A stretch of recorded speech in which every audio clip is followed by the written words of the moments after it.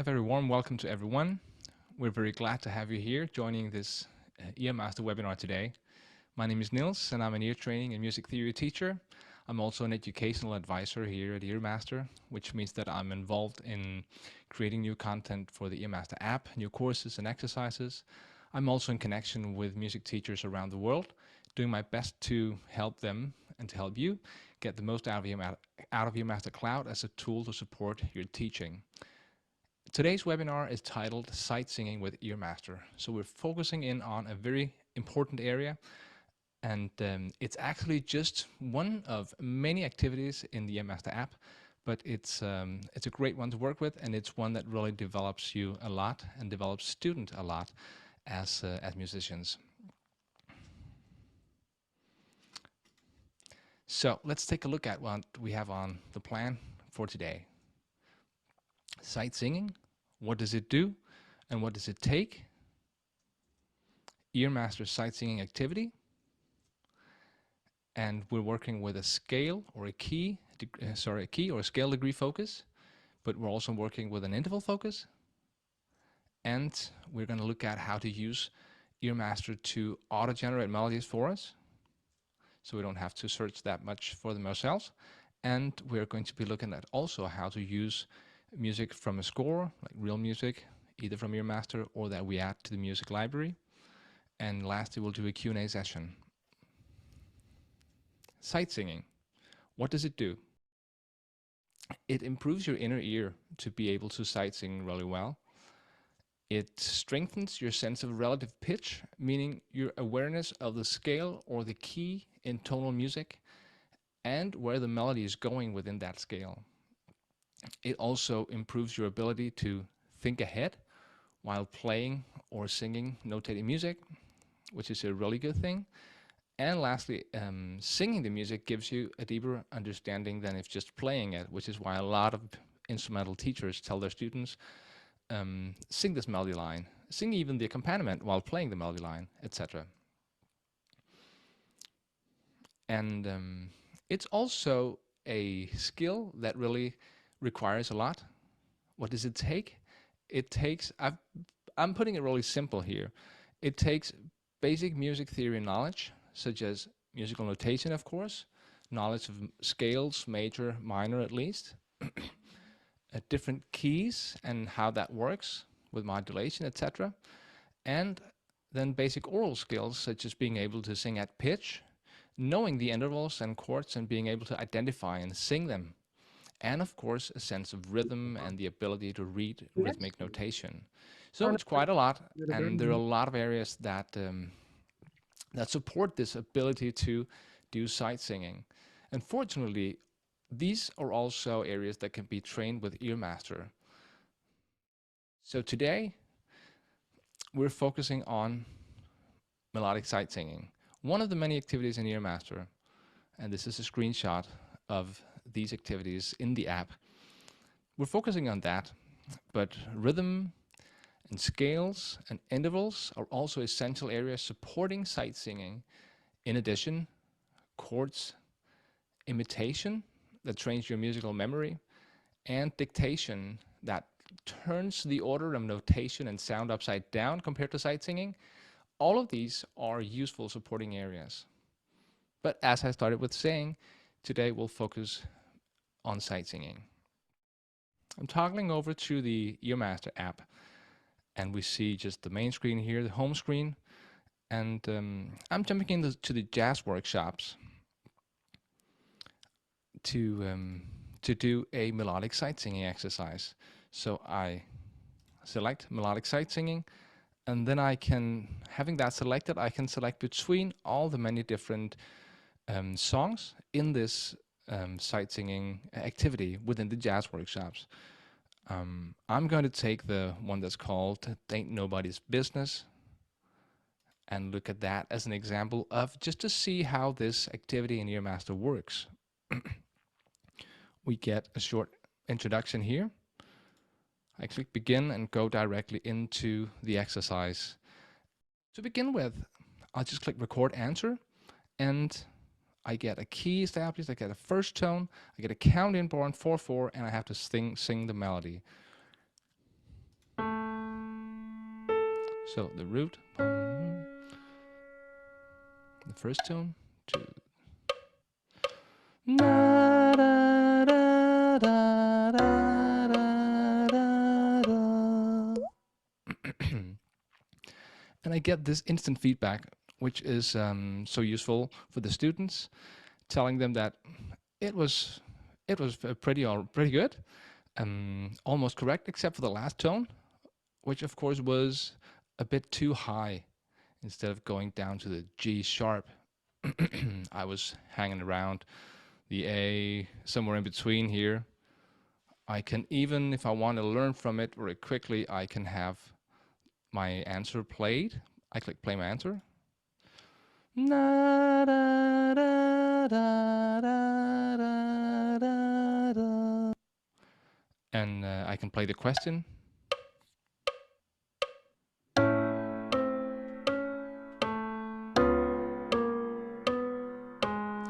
Ba, ba. Of course, it should have been.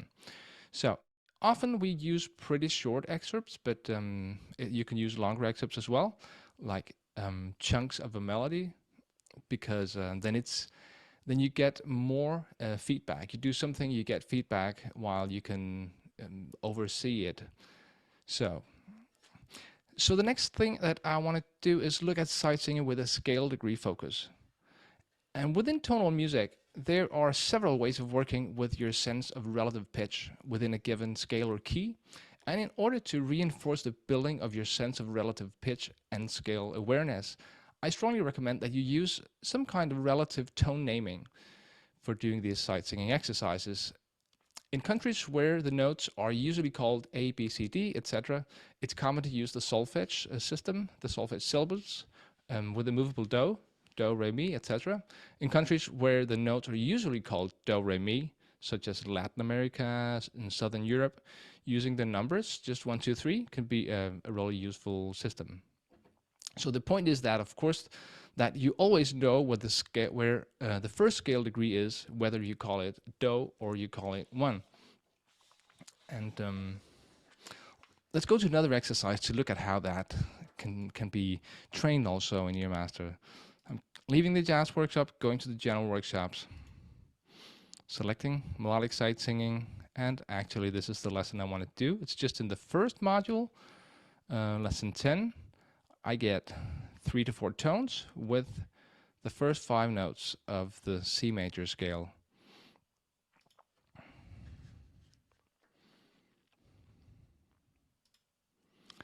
And we're going to go into the exercise options to try to force the student to work with the relative tone naming system. So instead of the staff as the upper instrument as we have here, the staff, I click and select note names. Then I don't want it to be E, F, E, C. I want it to be do, re, mi, etc. So I click under tone naming. I click movable do. We have both a do bass minor or with la bass minor. So it changes. And we can go again.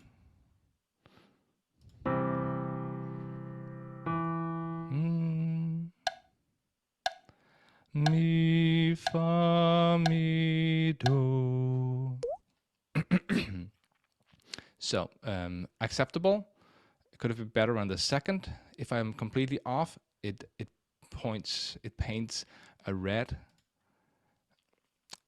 syllable. But let's try to change it to the scale degrees, just 1, 2, 3, and do another exercise. So I click a new question, 2, 3, 2, 1.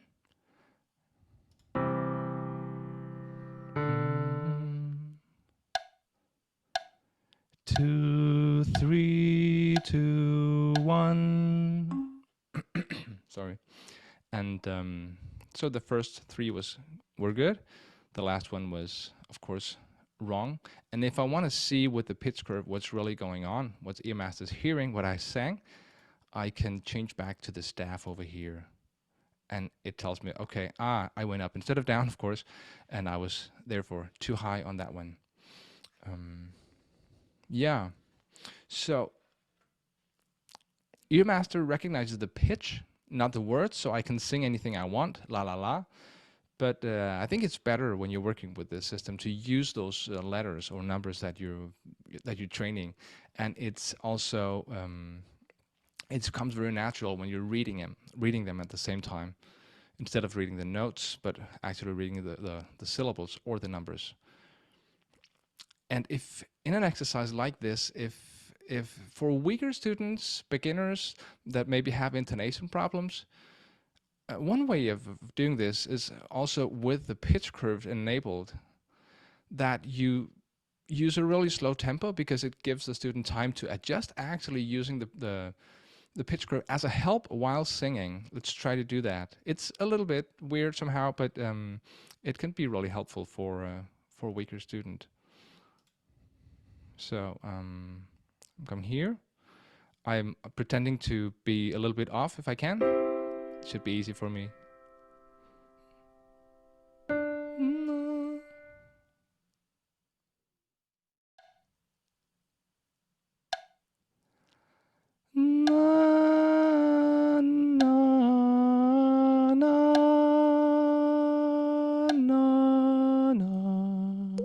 So you can see it very accurately mirrors what I'm doing, and I can use it to kind of bend into the right pitch. Of course, this is only recommendable in certain cases where the student really needs that help. So this is a way of, with the tone naming and with a relative tone naming system, it's a way of forcing the students to think in terms of relative pitch and awareness of the scale. Where am I in the scale? And another thing I want to do is do sight singing with an interval focus, and it is not so common and popular as a scale degree focus. And I think that's because most people, of course, work with tonal music, and it works really well to know where you are in the scale and hit the notes from there. But if you're moving towards more atonal or free tonal music, you have to be really sharp on those intervals. So I want to present that as well. And one of the prerequisites for mastering sight singing is, of course, that you know the intervals well. And apart from interval identification and interval comparison that you can do in EarMaster, a next step, I think, is really getting the intervals on your backbone by singing them. I'm going back to the general workshops and to interval singing. We have that up here. I'll take this one, 1.2, and it's a simple exercise with just singing a major third. Let's see how it goes. I'm just checking my exercise options up here. Sorry, that I don't get repeated. Questions? No, that's fine. So I click new question. No. I can either sing both pitches or just sing the third above. No. Okay. And you see, this one has a lot of questions. I only get the first 12 if I'm good. Otherwise, I get more to practice with. Those are the darker gray ones up here. But a funny way to do this is, and an effective one, is saying auto new question. I want automatically to get a new question if I answer correct, for example, with a delay of 2 seconds. Let's see how that works. No. No. No. Etc. I'm going to stop it now. So it just keeps going.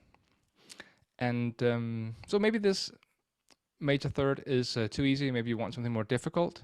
Then you can select another exercise from the general workshop. But you can also go to a customized exercise and make your own. So in interval comparison, you simply select all the intervals that you want to train with, and then you get them interchangeably. Let's try to apply this interval focus to some sight singing. So I'm still in the customized exercise now, which is where I have to configure the exercise every time I do an exercise. I choose melodic sight singing.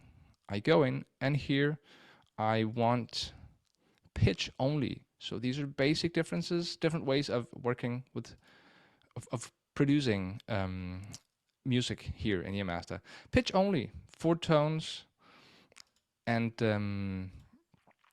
I could choose the major scale, for example, but I think I want to choose a custom scale, because what I want to do here is I want to train only minor thirds, singing melodies with only minor thirds. I could do the same with the whole tone scale, or chromatic scale, or pentatonic scale, or any scale, octatonic scale, any scale that I just point out here. So just click begin, and for this I will prefer the staff. So I change back to the staff. Now I should say that all of these settings that I'm changing here, in the customized exercise set section, you can everyone can set it up as he or she pleases. But generally all of these options can be overruled by the teacher. So if you make assignments for your students, you can lock, for example, the upper instrument to staff or to note names, and all of the other settings, you can lock them so they can't change them. I don't want a new question still. So let's try to do this. So I get melodies only with minor thirds.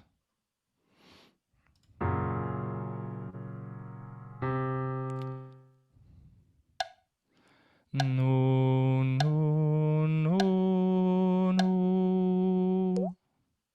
And for an exercise like this, I would deselect the show pitch curve, because it makes it more difficult. I don't get the help of that.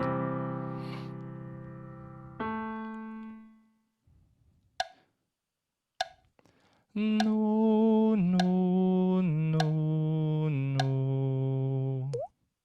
So it works like that, and the customized exercises can be changed just by clicking up here. Then I can adjust it. I click here, I adjust whatever I want to adjust. For example, I can make this really much more tricky by adding just one note, because then I don't have just minor thirds. I have also a major third, I have a minor second, I have a major second. So it's going to be more difficult, and I get some new melodies with it. By keeping rhythm out of the focus, and by changing or adding intervals to a custom scale, you could practice sight singing with an interval focus extremely effectively. Also, when moving away from tonal music and into atonal music, where your sense of key is, of course, completely absent. And we've looked at sight singing with an interval focus, sight singing with a scale degree focus, and we want to look now at sight singing with auto-generated melodies in EarMaster. Of course, what we did before was also automatically generating a melody, but we're going to do it now also with rhythm. So when doing sight singing from a score with tonal music, our brain continually tries to focus our sense of relative pitch by mixing our scale degree awareness with our interval singing skills. So the two approaches support each other. And I think now, getting more practical, one challenge as a teacher I often face is constantly finding new material for my students to practice sight singing. It has to be something that matches their levels, even their individual levels, something that secures a good progression of level, and so on. And to cope with that, I want to show you how you can use EarMaster's courses to provide both practice material, help for the students, and fully assessed results for the teacher. So now let's look at that again. We stay in the customized exercise section. I go into a melodic sight singing exercise, but instead of pitch only, I'm going to use pitch and rhythm. So I I want to do just 2 bars. I don't want to do this crazy scale anymore. I want just to do a major scale. And I could define other things here, such as the largest interval to be a major third, the last note tone to be the tonic. And for the note values and patterns, let's just leave it pretty simple for now. No swing and tempo 100. Let's do tempo 90. And then something with sight singing, of course, random keys makes it a lot more a bit difficult. Let's just do specific keys like this. And I want the tonic of the key played just by a root chord. Yeah, that's it. Like that. So by clicking begin, I come into the exercise. I made it produce 5 questions. And so the app auto-generates these melodies from the parameters that I set. And here it looks like we are in the key of A major, and so we end on the tonic here. We start on the 2nd scale degree.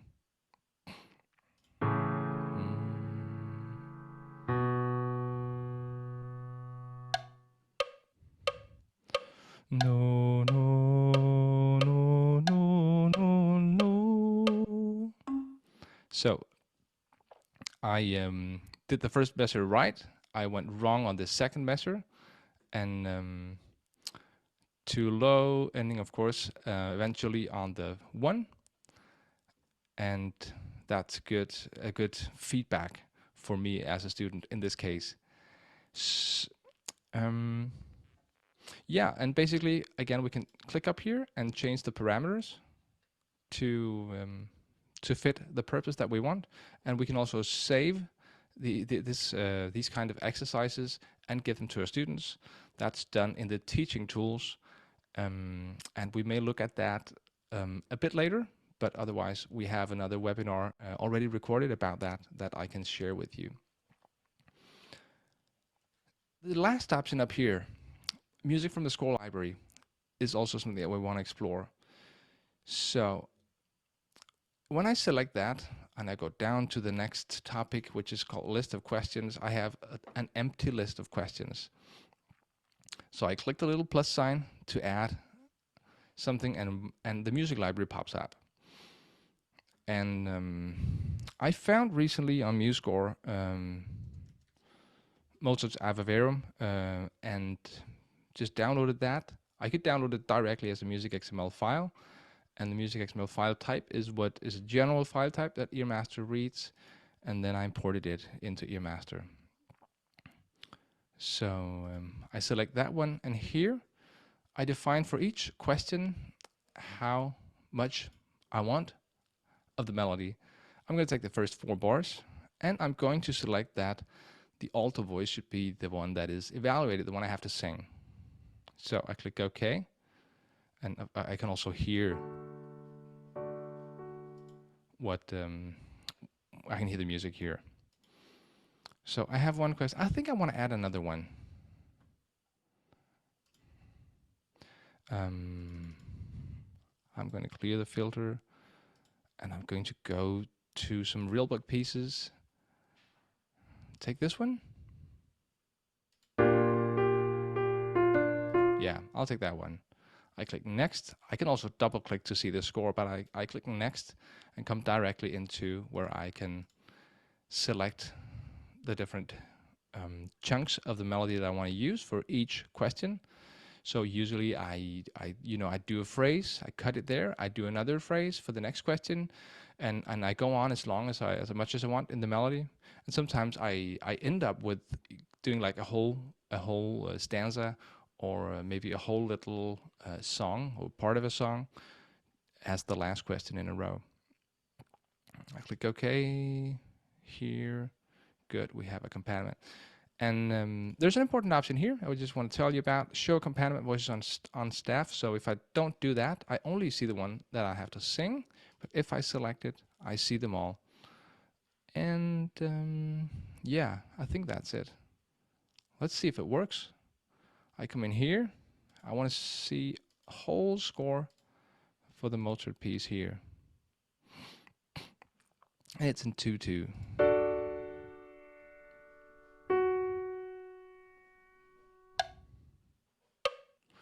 No, no, no, no, no, no, no, no, no, no.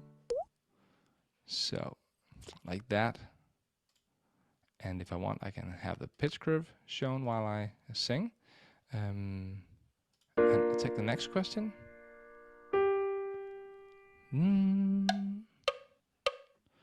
Ba da da da da da da da da da da da da da. So most of it was correct. The last one was too low. A bit too late up here. A bit too late in going down. That's why I'm too high, I think. I could dive into a bit more of that by playing my answer, playing the question if I want it. I don't want to do that now. Actually, what I want to do is one last thing I want to show you, which is adding your own music to EarMaster, which is actually really easy. So I am still in the melodic sight singing part of the customized exercise, and I click New Question, and I can select from all the hundreds of pieces that I have here, but I think I want to add something new. So I click Import Music XML.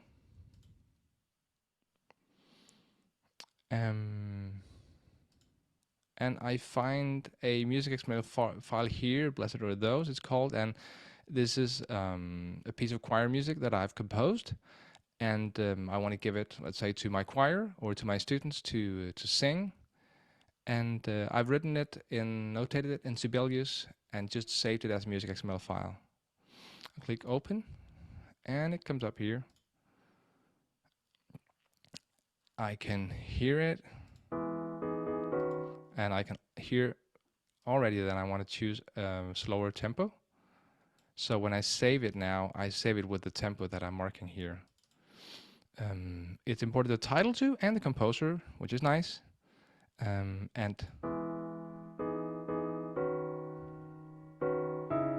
I think this is a better tempo. I click OK, select it, I click Next. And I just want to do, for the sake of the example, the first 4 notes. And let's take now the bass voice as evaluated. I still see the other accompaniment voices on the staff, and now I'm going to select this one and move it to the top. So it's the first one that I get now. Going into it.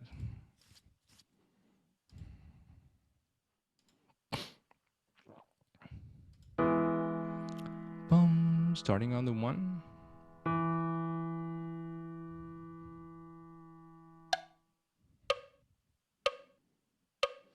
No, no, no, no, no, no, no, no. No, no, no, no, no. Like that. So, and I'm going to leave the customized exercise section, sorry.